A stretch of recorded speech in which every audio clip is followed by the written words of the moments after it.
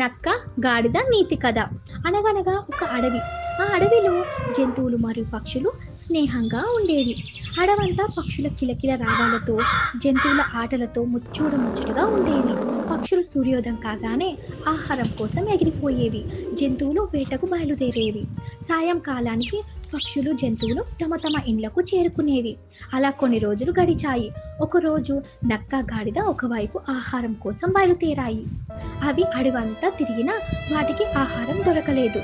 నక్క గాడితో, మిత్రమా, అడవంతా తిరిగినా ఎక్కడ తినడానికి ఏం దొరకడం లేదు. కావున అటు పక్కన వెళ్ళి ఏమైనా దొరుకుతుందేమో వెళ్దామా అంటుంది నక్క. సరే మిత్రమా, వెళ్ళి చూద్దాం పదా అంటుంది. కొంత దూరం నడవగానే వాటికి పచ్చని మొక్కజొన్న మరియు టమాటా తోటలు కనబడతాయి. నక్క, మిత్రమా, అటు చూడు, మొక్కజొన్న తోట ఎంత బాగుందో. వెళ్ళి కడుపు నిండా భుజించి వద్దాం పదా అంటుంది గాడిదతో. వద్దు మిత్రమా, తోటమాలి చూస్తే చితకబాదుతాడు అంటుంది గాడిద భయంతో. భయం ఎందుకు మిత్రమా, నేను ఉన్నానుగా. అయినా ఇప్పుడు తోటమాలి లేడుగా. వచ్చేలోపు తిని వెళ్ళిపోదాం. మనం తిన్నట్టు తోటమాలికి తెలియదు కదా. ఆలస్యం చేస్తే తోటమాలి వచ్చేస్తాడు పదా అంటుంది.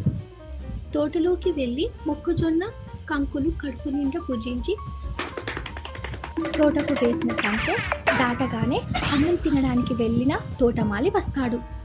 తోటమాలిని చూసిన నక్క గాడిదతో, తోటమాలి మన ఇద్దరి దగ్గరకు వచ్చి మనల్ని మొక్కజొన్న కంకులు ఎవరు తిన్నారు అని ప్రశ్నిస్తే నీవు నిలువుగా ఉన్నావు కావున తల నిలువుగా ఊపు, నేను అడ్డంగా ఉన్నాను కావున తల అడ్డంగా ఊపుతాను అని జిత్తుల మారినక్క గాడిదను ఇరికించడానికి ఒక కుటిల పథకం వేసింది. నక్క జిత్తులు తెలియక గాడిద అమాయకంగా, సరే మిత్రమా, నీవు చెప్పినట్టే చేస్తాను అంటుంది. నక్క గాడిద దగ్గరకు వెళ్ళి తోటమాలి, ఓయ్ కపట నక్క, నా చేను అంతా తినేసి ఏమి ఎరగనట్టు వెళ్తున్నావా?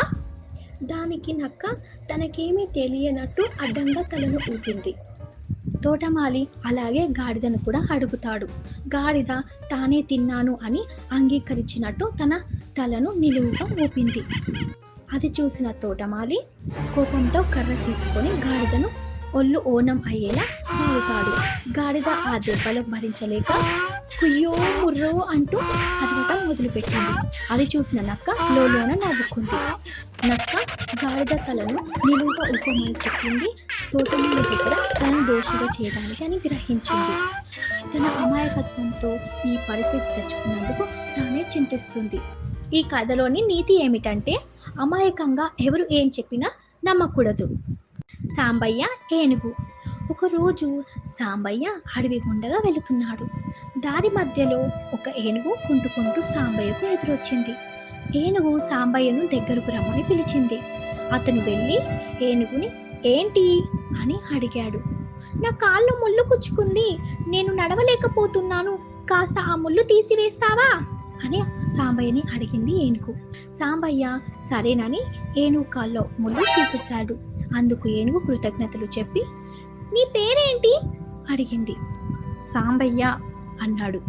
ఈరోజు నువ్వు చేసిన ఉపకారానికి ఏదో ఒక రోజు నీకు తప్పకుండా సాయం చేస్తాను సాంబయ్య అంది ఏనుగు. దానికి సాంబయ్య, ఎప్పుడో చేయడం కాదు, ఇప్పుడే చెయ్యి అన్నాడు. సరే, ఏం చేయాలో చెప్పు అంది ఏనుగు. నేను ఒక గుడిసె వేసుకోవాలనుకుంటున్నాను. దానికి కొన్ని కట్టెలు, తాటాకులు కావాలి. కట్టెలు నేను కొట్టుకొస్తాను. తాటాకు చెట్లు చాలా ఎత్తుంటాయి, నేను ఎక్కలేను. నీవు తాటాకులు కోసి పెడతావా? సరేనంది ఏనుగు. తాటాకులను తెచ్చి కుప్ప పోసింది ఏనుగు. ఈలోపు సాంబయ్య కట్టెలు కొట్టుకున్నాడు. ఆ కట్టెలు, తాటాకులను ఇంటికి ఎలా తీసుకెళ్లాలో తెలియలేదు. ఏనుగైతే ఒకేసారి వాటిని ఇంటి వరకు తెస్తుంది అనుకున్నాడు. వాటిని ఇంటి వరకు తీసుకురమ్మని ఏనుగుకు అడిగాడు. సరేనని ఏనుగు సాంబయ్యను కూడా ఎక్కించుకొని అవన్నీ ఇంటికి తీసుకొచ్చింది. కానీ సాంబయ్యకు ఏనుగుతో ఇంకా ఏదో ఒక పని చేయించుకోవాలని ఆశ పుట్టింది. ఇంటికి అవసరమైన నీళ్లు తెప్పించుకున్నాడు, ఇంకా చాలా పనులు చేయించుకున్నాడు. కానీ దానికి అస్సలు తిండి పెట్టలేడు. అలా 2 రోజులు చాకరీ చేయించుకున్నాడు. ఆకలితో ఉండలేక ఏనుగు అడవిలోకి వెళ్ళిపోయింది. మరి కొన్ని రోజుల తర్వాత అదే దారిలో వెళ్తున్న సాంబయ్యకు అనుకోకుండా ఓ గోతిలో పడిపోయాడు. బయటకి ఎలా రావాలో అని ఆలోచిస్తుండగా క్రితంసారి కనిపించిన ఏనుగు కనిపించింది. ఆ ఏనుగుని పిలిచి బయటకి లాగమన్నాడు. కానీ ఏనుగుకి గతంలో సాంబయ్య చేయించుకున్న చాకిరి ఆహారం పెట్టకపోవడం గుర్తొచ్చింది. ఈ మనిషికి చాకిరి చేయించుకోవడమే తెలుసు, కానీ కృతజ్ఞతగా ఉండటం తెలీదనుకొని ఏనుగు మారు మాట్లాడకుండా వెళ్ళిపోయింది. బుద్ధిహీనుల నీతి కథ. ఒకనాడు ఒక రైతు తన కుమారుడితో కలిసి బజారుకు వెళ్ళాడు. అంత తిరిగినా వాళ్ళకు నచ్చిన వస్తువు అక్కడ దొరకలేదు. చిట్ట చివరకు వాళ్ళకు గుర్రాల వద్దకు వెళ్ళారు. అక్కడ ఒక నల్ల గుర్రం రైతుకు బాగా నచ్చింది. కొడుకు కూడా ఒప్పుకున్నాడు. వాళ్ళు ఆ గుర్రాన్ని కొన్నారు. దానితో పాటుగా కొంత దూరం నడిచేసరికి వాళ్ళకి నీరసం వచ్చింది. అందుచేత వాళ్ళిద్దరు గుర్రం ఎక్కి ఇంటికి పోసాగారు. దారిలో వాళ్ళని చూసి కొందరు, ఆహా ఎంత చక్కని గుర్రము, కాని పాపం అది ఎందుకో విచారంగా ఉంది. పోతులాంటి ఇద్దరి మనుషులు అది మొయ్యలేకపోతుంది కాబోలు అన్నారు. ఆ మాటలు విన్న తండ్రి కొడుకులకు చాలా సిగ్గనిపించింది. కుమారుని గుర్రంపై కూర్చోబెట్టి తాను పక్కన నడుస్తున్నాడు రైతు. మధ్యలో వారొక బజారు నుండి పోవాల్సి వచ్చింది. అక్కడి జనం వాళ్ళని చూసి, కొడుకెంత దుర్మార్గుడో, ముసలి తండ్రి నడిచి వస్తుంటే తానేమో హాయిగా గుర్రంపై కూర్చున్నాడు, ఎంత సిగ్గుచేటు అంటున్నారు. వెంటనే కొడుకు క్రిందికి దిగి తండ్రిని గుర్రం ఎక్కించాడు. ఊరి చివర ఒక చెరువు దగ్గరకు వచ్చేసరికి అక్కడ కొంతమంది ఆడవాళ్ళు కూర్చొని ఉన్నారు.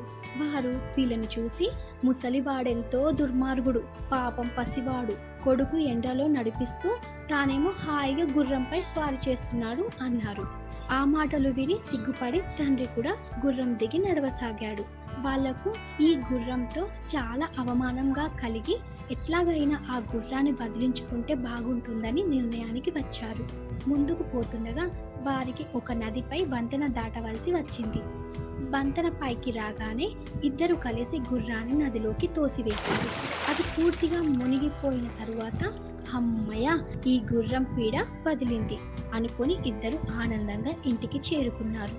వారికి సొమ్ము నష్టపోయామని చింతే లేదు. ఈ కథలోని నీతి ఏమిటంటే, చెప్పుడు మాటలు విని చెడిపోకు. గొప్పతనం. అడవిలో ఉన్న అన్ని జంతువుల్లో ఎలుగుబంటి గొప్పలు చెప్పుకోవటం అంటే చాలా ఇష్టం.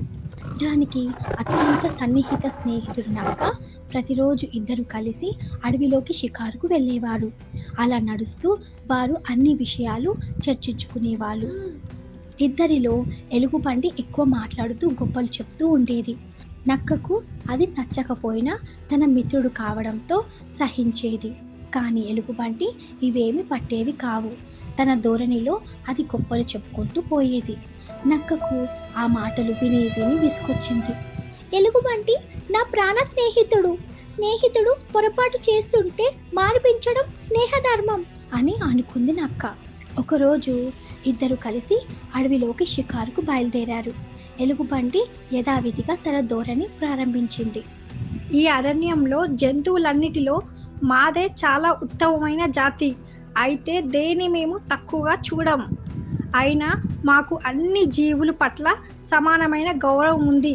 ముఖ్యంగా మనుషుల పట్ల మరింత గౌరవం ఉంది. చచ్చిన మనుషులను మేము అసలు ముట్టుకోం. ఇతరుల జంతువుల్లాగా ఆహారం కోసం కక్కుర్తి పడం. ఎప్పుడైనా చంపితే మనుషుల్నే చంపుతామేమో కానీ అంది. ఎలుగుబంటికి బుద్ధి చెప్పడానికి నాకు మంచి అవకాశం వచ్చింది.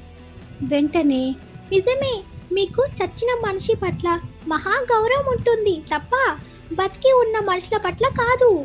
గౌరవం అంటూ బతికి ఉన్న మనిషిని చంపటం కాదు. చచ్చిపోయిన మనిషి పట్ల గౌరవం చూపించడం వల్ల ఉపయోగం ఏమిటి అని ప్రశ్నించింది. ఆ మాటలతో ఎలుగుబంటి సిగ్గుపడింది. కానీ దానికి నక్క మాటల్లో ఉన్న నిజం అర్థమైంది. అందుకే ఏమీ మాట్లాడకుండా నడవడం ప్రారంభించింది.